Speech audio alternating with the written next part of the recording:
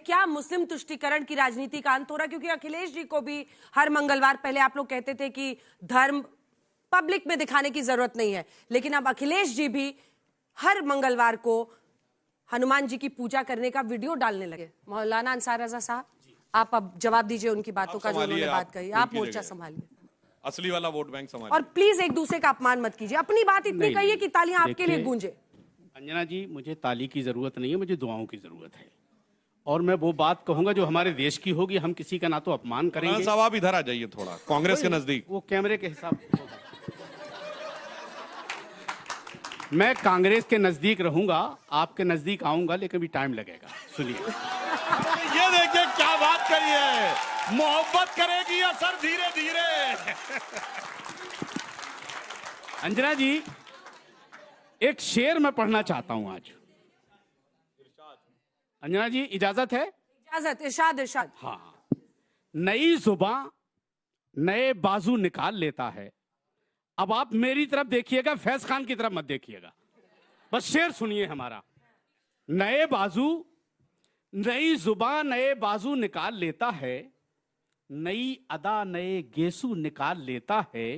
गमों पे इनके कभी एतबार मत करना, ये प्याज काट के आंसू निकाल लेता है।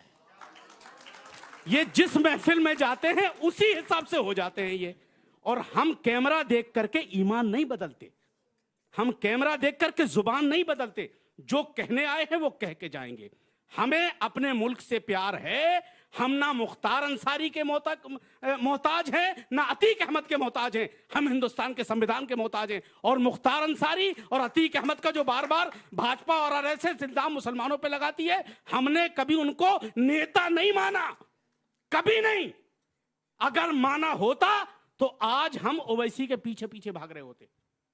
वरना आज मैं ये चैनल पे कह के आया हूं, आज भी कह रहा हूं कि इस तरह की बयानबाजी जो 100 करोड़ हिंदुओं के लिए कोई मुसलमान करता है, धमकाने वाली, भड़काने वाली, ये गलत है। हम इसे बर्दाश्त नहीं करेंगे, ना देश का मुसलमान बर्दाश्त करेगा।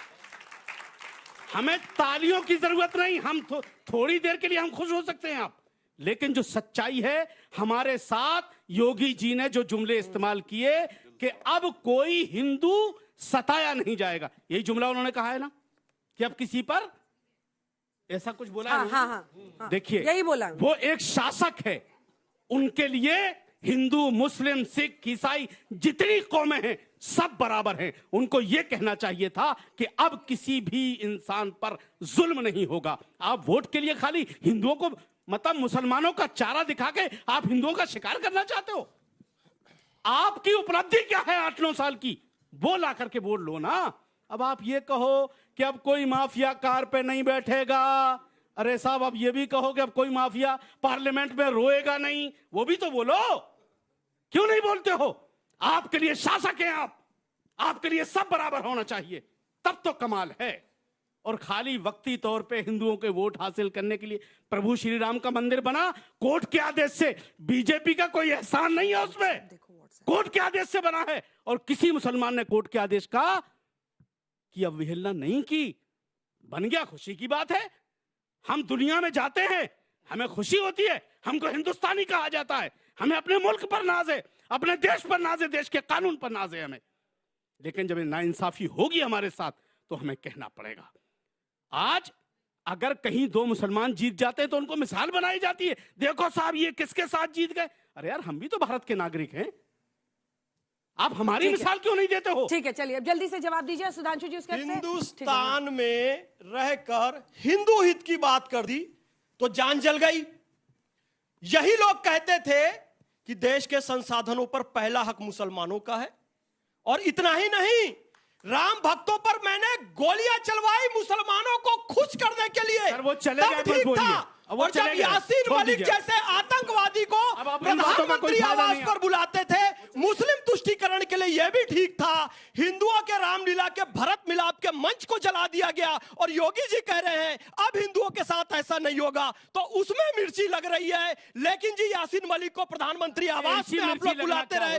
मैं हिंदुस्तान से मोहब्बत करता हूं, इतनी मोहब्बत करता हूं कि कभी वंदे मातरम नहीं बोलूंगा, मेरी गर्दन पर अच्छा, छुरी भी रख दो तो भारत माता की जय नहीं बोलूंगा। ठीक है, अजय जी। लेकिन मुझसे फिलिस्तीन की जय कहलवा लो, मुझसे ईरान की जय कहलवा लो, वो सारा बोलूंगा, लेकिन भारत माता की जय नहीं बोलूंगा। ये इनकी पॉलिसी है। और फिर कहता हूं, और 50 बार कह चुका हूं, इस चैनल में देखो, किसी चैनल में देखो, मैं क्या अपने सांस्कृतिक राष्ट्रवाद के ट्रैक से भटका?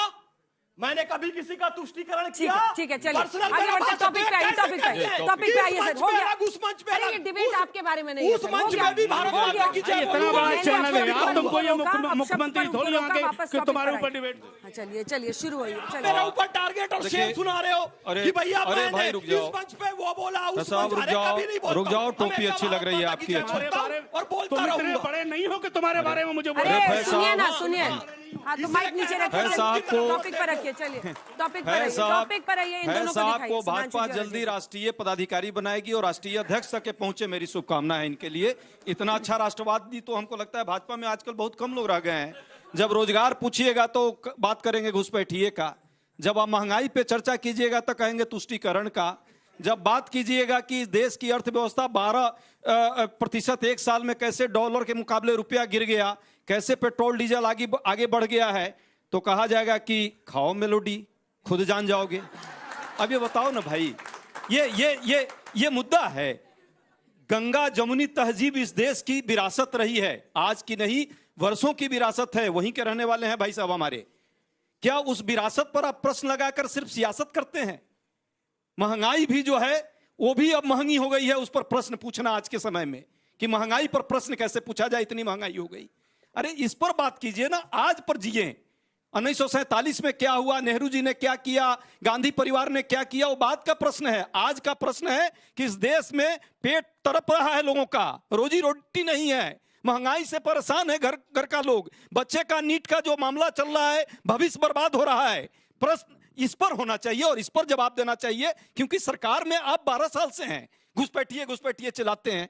क्या हुआ घुसपैठिया? सरकार आपकी है, 12 साल से आप हैं, घुसपैठियों पर काम करने का किसने रोका था आपको? हर चुनाव आएगा, दिल्ली में चुनाव आया, घुसपैठिया आया, बंगाल में चुनाव आएगा, घुसपैठिया आया, बंगाल में आएगा घुसपैठिया, जहां चुनाव आएगा वहीं घुसपैठिया आएगा, जब चुनाव आएगा वहीं हिंदू मुसलमान आएगा, मंदिर मस्जिद आएगा, 80-20 आएगा, गर्मी चर्बी आएगा। ये क्या है भाई? इस देश अब इससे तंग आ गया है। देश को जो मुद्दा है आज का, उन मुद्दों पर अब बहस कीजिए और उसका जवाब दीजिए। आप सरकार में, आपसे प्रश्न पूछना इस देश के एक आम नागरिक का भी अधिकार है, और उस नागरिक पूछ रहा है तो उसको क्या कहते हैं? वो पाकिस्तानी है। वो बच्चा जब पूछा तो उसको ट्रोल करने लगे आपके लोग, क्यों पाकिस्तानी एजेंडा हो गया है। जो सीबीएसई का बच्चा पूछ रहा था प्रश्न, याद कीजिए कितना वो ट्रोमा में होगा। आज इन मुद्दों पर बात होनी चाहिए, आज देश का प्रश्न जो है उस पर बात कीजिए। महंगाई की बात करते हैं कि पेट्रोल डीजल का, तेल का दाम जो आपने बढ़ाया है, इतना बढ़ाया है, इतने साल में एक आया रिपोर्ट, 41% जो है सरकारी कंपनियां लाभ कमाई है पिछले 3 महीने में। वो पैसा कहां गया? 15-16 हजार करोड़ रुपए जो कमाए। और जो प्राइवेट कंपनी को जिनको दिया था अपने रसा से तेल खरीद करके और यूरोपियन मार्केट में बेचने के लिए, वो लोग जो रुपया सस्ता तेल खरीद कर कमाए थे पिछले साल भर में, वो पैसा कहां है? हमारे आप पर क्यों वो खर्चा डाला जा रहा है? अभी तो कम से कम आप रोक सकते थे जब लाभ में है आपकी कंपनी। आए दिन वित्त मंत्री कहती हैं घाटा हो रहा है। एक सप्ताह में ज्यादा तेल बढ़ गया तो घाटा होने लगा। और अब इतने सालों से अपना सस्ता आपने लूटा है लोगों का जेब। ये जोशो जुनून और खुमार में, भाई साहब, जोशो जुनून और खुमार में डूबी हुई तहरीर कितनी है इस समय महंगाई दर?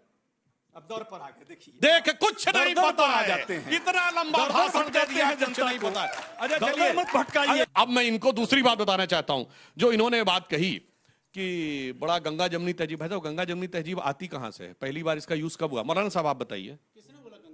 इन्होंने बोला, आपके साथी ने। चलो, मौलाना साहब ने एक्सेप्ट कर लिया कि गंगा जमुनी तहजीब में वो कोई विश्वास नहीं करते। एक और आपको मैं इधर बताऊं, गंगा भी हमारी और जमुना भी हमारी और तहजीब किसी और की। में ये हाल हो गया है कि हम चुप भी रहे हैं तो बोल तब भी बोल रहे हैं। चलिए बोलिए, अच्छा बोलिए, जवाब दीजिए, कहां से आया? बोलिए ना, कहां से आया? सुधांशु जी ने, देखिए बीजेपी, अरे भाई एक लाइन में बताइए, कहां से शुरू हुआ वर्ड गंगा जमुनी तहजीब बजाय भाषण देने के? सर मुझे नहीं पता तो आप छोड़िए। मुझे नहीं पता कि यूरोप जल्दी बताइए, अजय जी को बोलना। सुनिए, एक ये मिनट, सो सुधांशु जी सुनिए ना, मुझे ये पता कि यूरोप में कितने का बिक रहा है, अमेरिका में कितने का बिक रहा है। हमें इतना पता है कि हमारे भारतीयों के ऊपर 7 रुपए का बोझ आ गया। बहुत इतना अच्छा है। हमको पता है, इन्हें नहीं और पता। कुछ नहीं। अब सुनिए, लेकिन अब सुनिए, कमाल की बात है सुनिए। जुमलेबाजी में अरे भाई, कि अब अपने बेकार 700 रुपया भी खूबी बताई क्या जा रही तरीका, है। आप तो एक वर्ड बता हाय, नहीं पाए और हाय, भाषण हाय, देने हाय, लगे। हाय। अच्छा, ए भाई, खूबी बताई ए जा रही मौलाना है। साहब, ये 7 रुपया देश मौलाना हित में साहब, बढ़ाया है। 80 करोड़ लोगों को 5 किलो चना और गेहूं में उलझा के रखा हुआ है। मौलाना साहब, देश गुरु हित जी, में किया भाई जा साहब, रहा है। मौलाना साहब को ये नहीं पता था। ये कह रहे हैं यूरोप में क्या बिक रहा हमें क्या पता, मगर हिजबुल्लाह मारा जा रहा है तो हमें पता, एक मिनट। हमास मारा जा रहा हमें पता, गाजा के ऊपर हम छाती पीटेंगे, ईरान के लिए हम छाती पीटेंगे, सुधांशु जी, फिलिस्तीन के लिए हम जय सुधांशु जी, बोलेंगे, मगर जब कहो कि सुनिए। तेल यूरोप में कितना तो अच्छा, हमें हो नहीं गया। पता। कैसे कैसे मैं एक चेहरे बात पे, अब बताऊं? आपने रिटर्न इन्होंने- नहीं, भाई, जब पूरा करेंगे आप ही बोलिएगा। भाषण नहीं। चिल्ला अब मैं बताना चिल्ला, चाहता हाथ हूं उठाइए। जो बात फैज खान भाई साहब ने कही थी, हकीकत में जो इन्होंने कहा कि वेदांत की आत्मा और मुस्लिम का शरीर, सबसे पहले अगर ये शब्द आया है तो औरंगजेब के बड़े भाई दारा शिकोह ने किताब लिखी मंजुमल बहरीन, यानी उसमें लिखा 2 समुद्रों का मिलन, और उसने सर, उपनिषदों का फारसी में 2026 भाई में चुप रहिए, आई है। चिल्लाइए नहीं, हो गया बहुत बकवास हो रही लगातार, 2026 में आई है, कुछ नहीं बोल रहे हैं। सर 2026 में आई है। औरंगजेब गया, अकबर गया, बाबर गया, 26 में आई है सर। अरे 26 की बात कीजिए, 26 की बात कीजिए, देश में क्या हो रहा है। मौलाना स्टॉप दिस। ए भाई मौलाना अगर- साहब, अगर गंगा जमनी shouting तहजीब match करना है तो 2026 में बाहर आई है। चले जाइए, please। बोलो, अब मैं बताता हूँ गंगा जमनी तहजीब क्या है। सुनो, कान खोल के सुनो मौलाना बारी, साहब, बारी। जहां दजला फरात है वहां लड़ाई हो रही है, वांगो सिटी टैंक में वहां लड़ाई हो रही है, रशिया में जहां वोल्गा है वहां लड़ाई हो रही है, जहां यूरोप में डैन्यूब है वहां लड़ाई हो रही है। शांति से आप अगर नमाज अदा कर पा रहे हैं तो सिर्फ यहाँ, वरना क्या रमजान एहसान के है दौरे इसमें? हुकूमत में आपका सुनिए, क्या एहसान सऊदी है? Arab, 20 Jeddah, minute, 20 minute, UAE, 20 minute. Bahrain, Qatar, Iran, हर जगह का मुसलमान रमजान में डर के रह रहा था। हिंदुस्तान में वो पूरी तरह ईमानदारी से कर रहा था। बस अंतर क्या है, एक जमाने में मौलाना साहब का जो जलवाए जलाल था अब वो मलाल में बदलने लगा है, क्योंकि जो एक्स्ट्रा जलवाए जलाल था वो अब नहीं मिल रहा है। इसलिए इनको बड़ी शांति की बात, जहां तक मैं ये भी कहना चाहता हूं, देखिए साहब, इन्होंने एक बात कही थी कि मुल्ला जो है वो प्याज ज्यादा खाता है। भाई साहब, मुल्ला नहीं है, गैर मुल्ला ज्यादा प्याज खाता है, बहुत आंसू निकालता है, आपको बोलने की जरूरत नहीं रहती है। ये वाले जो ना गैर मुल्ला वाले, ये बहुत जबरदस्त प्याज खाते हैं आपके लिए और आंसू निकालते हैं जनता के। और इन्होंने कहा हिंदू मुसलमान, मैं पूछना चाहता हूं, कांग्रेस मतलब मुसलमान, मुसलमान मतलब कांग्रेस, किसने बोला? इनके चीफ मिनिस्टर रेवंत रेड्डी ने। मुसलमान की ताकत कांग्रेस, कांग्रेस की ताकत मुसलमान। और रेवंत रेड्डी ने असली ऐसे नहीं बोला। ये बताइए, दिल्ली में नगर निगम में कांग्रेस के कितने सभासद हैं? 9। मुस्लिम कितने? 7। असम में कितने एमएलए? 19। मुस्लिम कितने? 18। केरल में इनकी सरकार में 5 मुस्लिम लीग के मिनिस्टर। भारत के इतिहास में पहली बार मुस्लिम लीग के 5 मंत्री, और एलानिया कहते हैं कांग्रेस की ताकत मुसलमान। मगर जब बचना होता है तो बगल से निकलने की कोशिश करते हैं भाईजान। देखिए, फिर वही बात आ गई ना कि जब बात कहा जाएगा इनको कि वर्क फ्रॉम द होम, तो चले जाएंगे वर्क फ्रॉम द रोम करने, और बात यहाँ की करेंगे। सच्चाई वही है। अभी भी मुद्दों पर चर्चा नहीं है। जिन मुद्दों पर हमने प्रश्न किया कि भाई विदेश नीति इतनी लड़खड़ा क्यों गई है, डिप्लोमेसी इतनी आपकी परेशान क्यों हो गई है, क्यों आज जो है हार्मुज से हमारा जो टैंकर अभी भी फंसा क्यों है, चाइना का जबकि निकल रहा है, क्योंकि हमने उस तरह की पॉलिसी अपनी नहीं बनाई। न्यूट्रलिटी के साथ जो हम विश्व में आज जो वैश्विक संकट इतना बड़ा है, भारत की निर्णायक भूमिका क्यों नहीं है? क्योंकि भारत के ही और खी डिप्लोमेसी चली। आ गले लग जा, इससे कोई विदेश नीति चलती है? अभी गए थे ना, यूएई में चले गए, इजराइल में चले गए, युद्ध चल रहा है। सामान्य से आदमी को भी इस बात की समझ है कि विदेश नीति की अभी क्या जरूरतें हैं। एक सामान्य नागरिक बता देगा, सबसे ले रहे हैं, देश के आपसे शुरू कर रहे प्रधानमंत्री को हैं। इसकी दो जरूरत लाइन, नहीं है। लाइन जल्दी उन्हें से। अपना मेलोडी मैं बोलूंगा जी, मैं तो दो लाइन। ठीक ठाक बोलूंगा मैं। नहीं, टाइम नहीं है ना, तो आप बोलते रहिए, अंत में कट जाएगा। आप बोल पाएंगे? नहीं बोल पाएंगे 2 लाइन? सुनिए, हाँ, सुधांशु जी ने बहुत सारी बातें 2 कही। लाइन जल्दी। अच्छा भाषण, अच्छा आप जो दे रहे थे वो सुनना चाहिए हमें। बीजेपी जो बोले बोलिए ना, वो बोलिए। हम कान लगा के सुने के छूट ना जाए, और हम बोलेंगे तो 2 लाइन में बोलिए। कमाल की बात नहीं है। नहीं, शो रोक देते हैं आपके लिए, आप बोलते रहिए, हम लोग चलते हैं। आइए सर, एक चला चलिए, छोड़िए, तो क्या फर्क पड़ेगा?